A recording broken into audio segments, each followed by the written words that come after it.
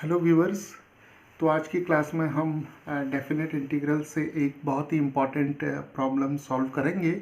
और यहाँ पर हमारे पास जो इंटीग्रल है वो है log x over 1 plus log x whole square, और लिमिट्स जो हैं वो 1 से लेकर e तक है, राइट। e जो है हमारा एक्सपोनेंशियल नंबर है, राइट। सो व्यूअर्स, यहाँ पर हम क्या करेंगे कि इस इंटीग्रल को सॉल्व करने के लिए सबसे पहले हम क्या करते हैं कि एज्यूम करते हैं कि ये जो इसका इनडेफिनेट इंटीग्रल है, यानी कि log x over 1 plus log x whole square, हम इसे कैलकुलेट करेंगे, राइट। जो इनडेफिनेट इंटीग्रल है उसे हम सॉल्व करेंगे, राइट। और जब हम इस इनडेफिनेट इंटीग्रल को सॉल्व कर लेंगे तो बाद में हम लिमिट्स को सब्स्टिट्यूट करेंगे और रिजल्ट कैलकुलेट करेंगे, राइट। तो शुरू करते हैं। तो यहाँ पर हम सबसे पहले यहाँ पर हम सब्स्टिट्यूशन मेथड का यूज़ करेंगे और हम पुट करते हैं y is equal to log x, right. तो y is equal to log x है, तो इसका मतलब क्या हुआ कि x को हम लिख सकते हैं e raise to y, right, okay. और अब हम इनको डिफरेंशिएट करते हैं दोनों तरफ, तो हमें मिलेगा dy over dx is equal to 1 over x, right. और x क्या है हमारा e रेज टू y, तो यहाँ आ जाएगा e रेज टू y, तो dx आ जाएगा e raise to y dy, right. तो हमने क्या किया, हमने एज्यूम किया y is equal to log x, तो x हो जाएगा e raise to y। Differentiate करेंगे दोनों तरफ तो हमें ये रिज़ल्ट मिलेगा, राइट।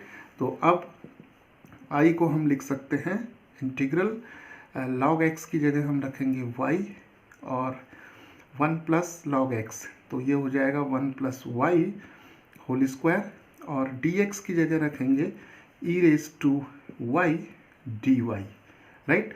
तो अब हमारे पास हमारा ये जो इंटीग्रल था आफ्टर सब्स्टिट्यूशन, ये बन गया हमारा y e raise to y over 1 plus y whole square dy, right.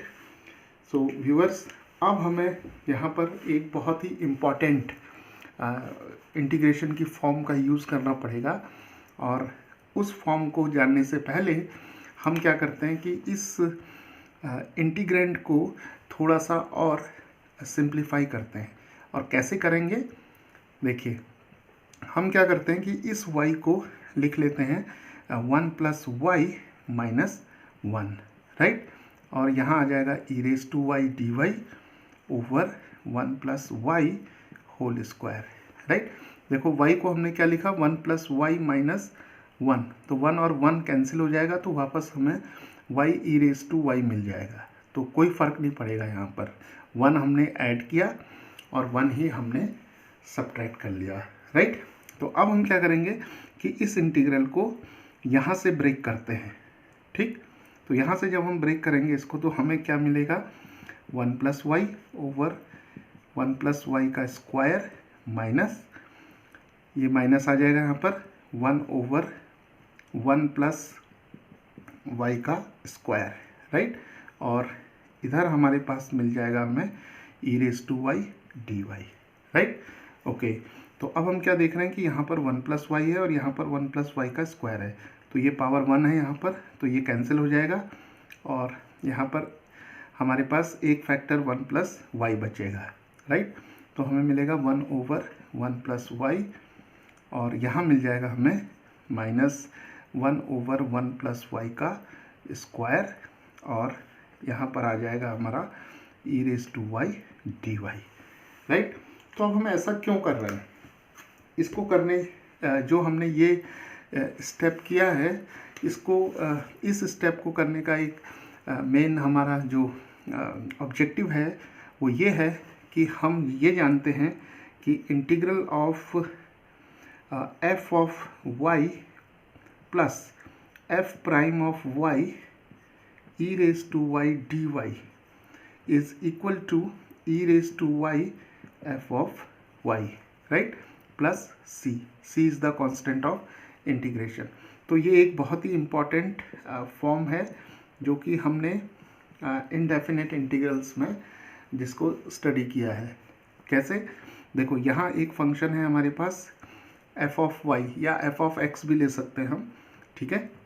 तो f of y plus f का डेरिवेटिव है यहाँ पर, और फिर हमारे पास ई रेज टू वाई है, राइट। तो जब हमारे पास कोई इंटीग्रेंड इस फॉर्म का होता है कि उसमें जो दो टर्म्स होती हैं, एक फंक्शन होता है और एक उसका डेरिवेटिव होता है, और यहाँ पर ई रेज टू वाई होता है, मतलब जिस वेरिएबल में इंटीग्रल है वो वेरिएबल यहाँ पर रहता है, ई रेज टू वाई है, जैसे यहाँ वाई वेरिएबल है, तो इसका डायरेक्ट इंटीग्रल जो होता है वो e raise to y multiplied the function और सी कांस्टेंट ऑफ इंटीग्रेशन आ जाएगा, राइट। तो अब हमारे पास क्या है कि यहाँ पर जो इंटीग्रल था वो ये है। तो हम क्या करते हैं कि इस फंक्शन को 1/1 प्लस वाई को एफ ऑफ वाई मान लेते हैं, राइट। ये मान लिया हमने, ठीक। अब मैं इसका डेरिवेटिव निकालता हूँ, मतलब एफ डैश वाई या एफ प्राइम ऑफ वाई, तो क्या हो जाएगा d by d y of 1/1 plus y, जिसे कि मैं लिख सकता हूँ d over d y 1 plus y की पावर -1। तो ये डेरिवेटिव आ जाएगा -1/1 प्लस वाई स्क्वायर, राइट। तो ये डेरिवेटिव निकालना इजी है, तो ये -1/1 प्लस वाई का स्क्वायर। तो देखो यहाँ पर ये टर्म आ गई -1/1 प्लस वाई का स्क्वायर, यानी कि ये डेरिवेटिव आ गया एफ वाई का, राइट। तो हमने ये देखा कि ये जो इंटीग्रल है ये इंटीग्रल इस फॉर्म का है, क्योंकि यहाँ पर हमारे पास ई रेज टू वाई भी है, राइट। तो अब हम इस इंटीग्रल आई को डायरेक्टली कैसे लिख सकते हैं, ई रेज टू वाई और एफ ऑफ वाई प्लस सी। तो हमारे पास आई आ जाएगा ई रेज टू वाई और एफ ऑफ वाई क्या आएगा 1/1 प्लस वाई प्लस सी, राइट। तो अब हम वापस y की वैल्यू log x रख लेते हैं, तो i की वैल्यू आ जाएगी e raise to log x 1/1 plus log x plus c, और e की पावर log x जो हो जाएगा वो x हो जाएगा, तो x/1 plus log x plus c, right. तो व्यूअर्स, तो हमने क्या देखा कि ये जो इंटीग्रल i है इसकी वैल्यू होगी x/1 plus log x plus c। तो ये इनडेफिनेट इंटीग्रल हमें मिल गया, राइट।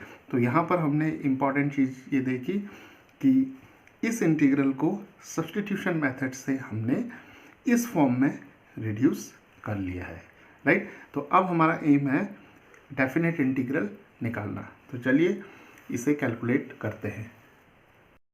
तो व्यूअर्स, तो अब हम क्या करेंगे, ये जो डेफिनेट इंटीग्रल है, क्योंकि इनडेफिनेट इंटीग्रल आ चुका है हमारा x/1 plus log x, right. c को छोड़ देंगे क्योंकि डेफिनेट इंटीग्रल में c जो होता है वो कैंसिल हो जाता है, तो c की यहाँ पर ज़रूरत नहीं है, और यहाँ पर लिमिट्स हो जाएंगी 1 से e तक, राइट। तो अब हम यहाँ पर x is equal to e substitute करते हैं, तो e/1 प्लस log e आ जाएगा, राइट। माइनस अब हम x की वैल्यू 1 सब्सटीट्यूट करते हैं यहाँ पर, तो 1/1 प्लस log 1, ठीक। तो अब यहाँ पर क्या है कि log e की वैल्यू क्या होगी 1 हो जाएगी, क्योंकि ये बेस e पर है, और log 1 की वैल्यू हमेशा क्या होती है 0 होती है, ठीक। तो ये आ जाएगा e/1 plus 1 minus 1/1 plus 0, right. तो ये आ जाएगा e/2 माइनस 1, राइट। तो जो डेफिनेट इंटीग्रल हमें दिया था उसकी वैल्यू आ जाएगी e/2 माइनस 1, जिसको कि हम e-2/2 भी लिख सकते हैं, और इसी का जो इनडेफिनेट इंटीग्रल था उसकी वैल्यू आ जाएगी x/1 plus log x plus c। तो इस तरीके से हम इस इम्पॉर्टेंट प्रॉब्लम को सॉल्व करेंगे।